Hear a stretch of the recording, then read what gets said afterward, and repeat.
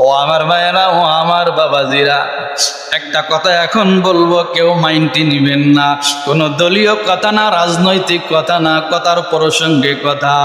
ওই মূর্খ সুরুক্ষ ব্যক্তির জানাজা নামাজ এমন একজন ব্যক্তি পড়ালেন, উনি হলেন এই জামানার সবচাইতে বড় আলেম ছিলেন।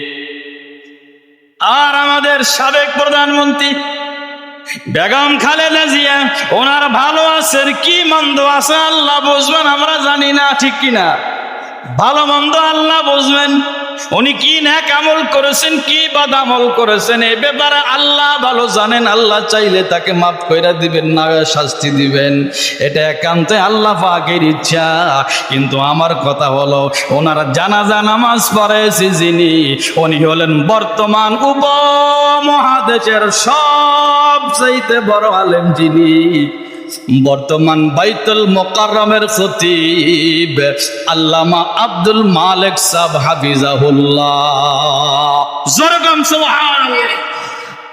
মানুষটা দেখতে খাটো খুটো, কালারে কিন্তু আমার মতো মাইর খাওয়া,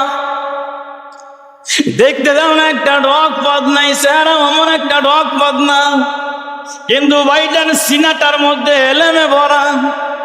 সারা বাংলাদেশের মধ্যে, এমনকি উপমহাদেশের মধ্যে যিনি সবচাইতে বড় আলেম বলে উপাধি পেয়েছেন, বর্তমান 2026।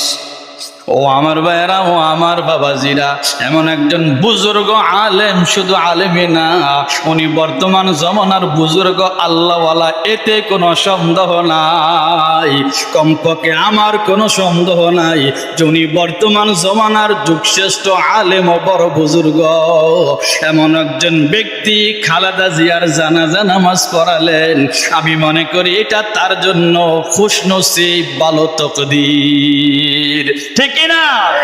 এটা আপনার রাজনীতিক অঙ্গনে নিয়ে যাবেন না। কথার প্রসঙ্গে আমি বললাম, আব্দুল্লাহ ইবনে মুবারক রাহমাতুল্লাহ আলাইহি, উনি এমন একজন ব্যক্তি, একজন মূর্খ সুরুক্ষ ব্যক্তির জানাজা নামাজ পড়ালেন। কপাল কত ভালো, সুবহানাল্লাহ।